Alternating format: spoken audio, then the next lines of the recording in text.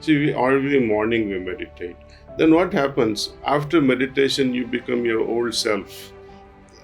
Then the whole exercise of meditation is useless. I mean, it's not completely useless, but you feel sad. "Okay, I've been meditating and still I have this nature." Or some people say, "I've been meditating and nothing is happening, so let me drop this meditation." That too, it's a fatal exercise, you see.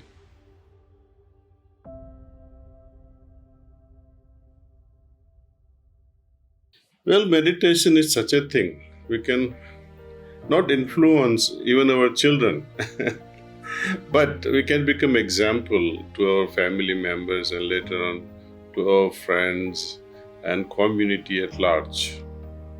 We can motivate others who are talking to us through our own practice. When we have changed, when we have ourselves become an example that yes, that this person is also who has taken something like a polio vaccine, he has taken a meditational vaccine that keeps the mind very healthy under all situation, calm under all situation, and very loving heart. So it's not only regulation of the mind, but also it affects our heart in a very good way, spiritually, emotionally, and also at a physical level. People who meditate, their stress level is so low, and compared to other people who are not meditating, their heart health, their blood pressure, everything remains, I think, within normals. And they're easy to, if at all the blood pressure goes up for such individuals, it is easy to regulate it very fast. Meditation helps us in many, many, many ways, actually. Not just in realizing godliness, but realizing our weaknesses and strengths. Because whenever we close our eyes, what comes to our mind first? That's what it's. These are all reminders. In our quiet moments, we see our strengths and our weaknesses. And when we see our strength also, we can say, okay, I can still become even more. I would say I can still become better in that particular field. And when weaknesses come and we are helpless and say, my God, I'm not able to get out of this weakness, it's okay. That's why we have gurus and masters. We have to pray to them and say, please, I know I have this defect, but I need your help. Please help me get rid of this mistake, get rid of this defect that I have. So this is how we can change ourselves, and the world sees us, your family sees you changing every day. Automatically, you become like a magnet. They will say, what is so different about you? How did you change yourself so rapidly? Then you can talk about our system and say, look, try this, it will help you. It helped me, it can help you too.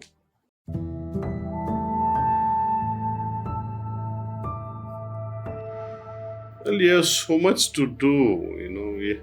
You have to play cricket, you have to play football, you have to learn music, you have to learn so many other things, you know, and too many things going on. You are moving from one class to another class.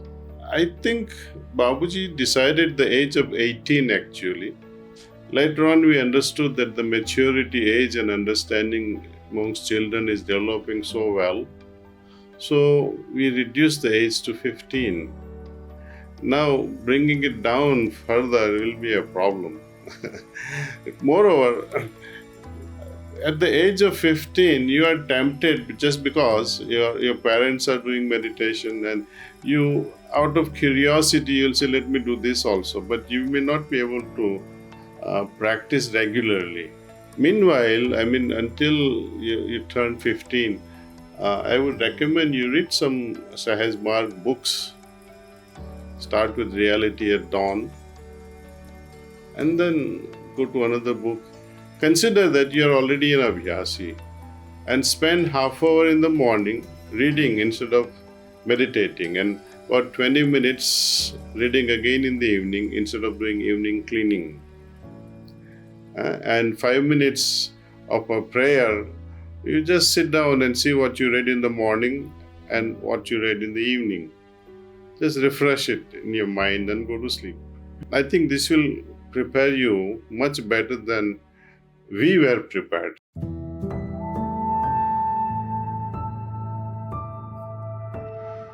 Witnessing bhava is highly recommended in our scriptures that develop this witnessing bhava. Before we try to understand what is witnessing, what is the difference between my witnessing and observing a particular thing.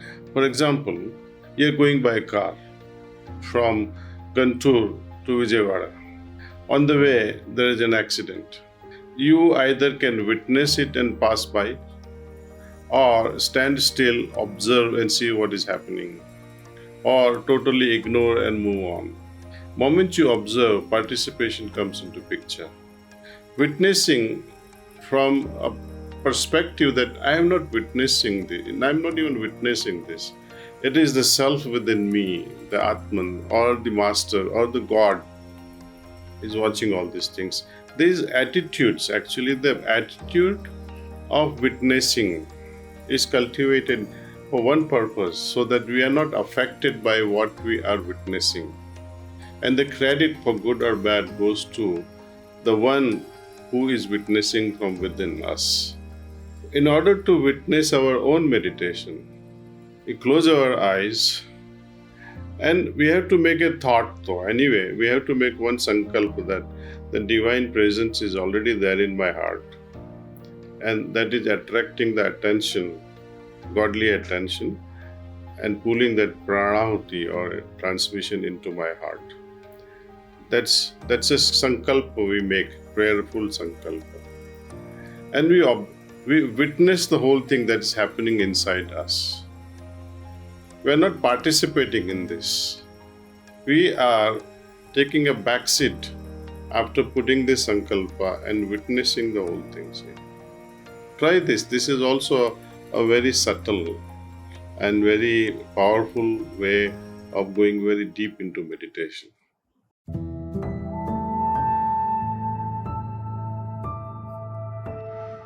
You have already taken for granted it is the pause and the go, then go into poise.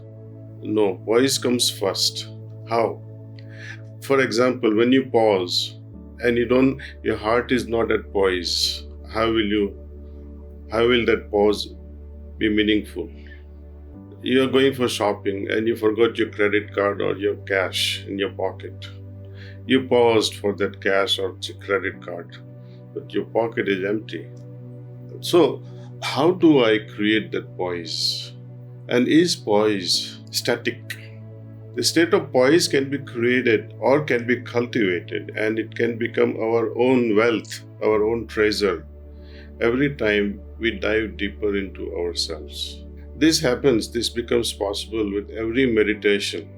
Whenever we meditate, close our eyes and try to receive this transmission, pranahuti, in our hearts, allowing this pranahuti to take us to a different level, to a different dimension.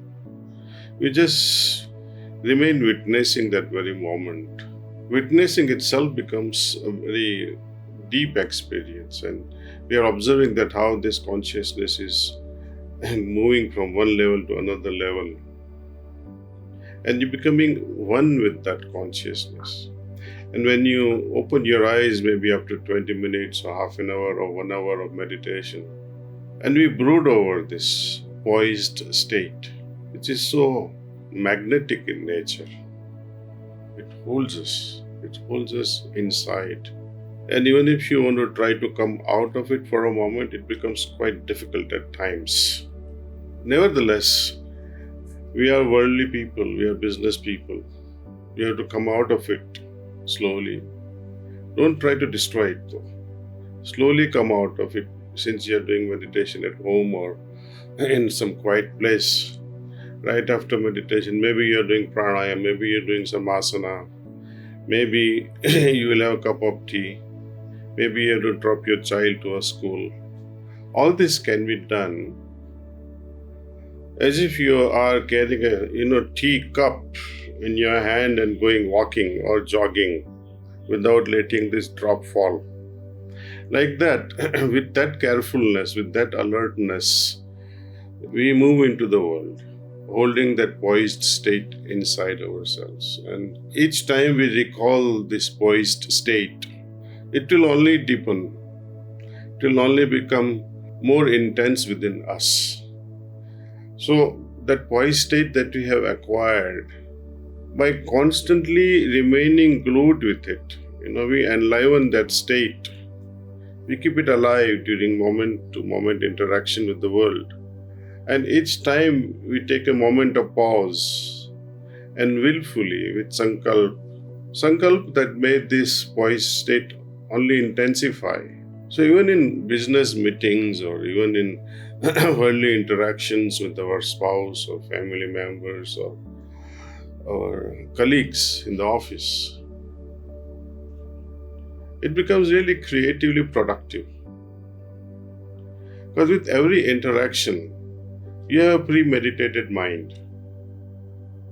And premeditative mind can achieve a lot than a turbulent mind, so to say. So, turbulent, irritated, angry mind, it's one spectrum of our consciousness. And imagine the decisions we have made with such a state. We regret later on. Even if you don't make a decision, that very moment that you have blown yourself and you have become angry and you become a short fuse, as they say, even when we don't make decision, people begin to dislike us. When we enter the office with angry mode, people say, "Aaj to ye divel pi ke aaya hai." He has drank some amount of castor oil and have come into office. Means you look pathetic at that moment. You look miserable. You look pitiable at that time. But entering the office with joy and bubbling heart, it changes everything. Same thing happens when moment your spouse enters your house after the office work, or if your spouse is not working and you are just entering the house and she or he is maintaining the household and in an angry state, what happens to the incoming person? He just shuts up or begins the quarrel and makes it worse. So premeditative mind is the key. And meditative mind, remaining meditative, is the outcome that we desire. See, every morning we meditate. Then what happens? After meditation, you become your old self. Then the whole exercise of meditation is useless. I mean, it's not completely useless, but you feel sad. I've been meditating and still I have this nature. So you will work upon yourself in a very positive way. See, or some people say, I've been meditating and nothing is happening, so let me drop this meditation. That too, it's a fatal exercise, you see. So once you have decided that this is the type of meditation I would like to indulge myself with, commit yourself. And having committed yourself, practice like never before. Practicing with a lot of gusto, a lot of energy, a lot of enthusiasm, interest is the key to any success, be it business world or spiritual world. If mistakes repeat until we learn, what happens when lessons go ignored? The next video dives deeper.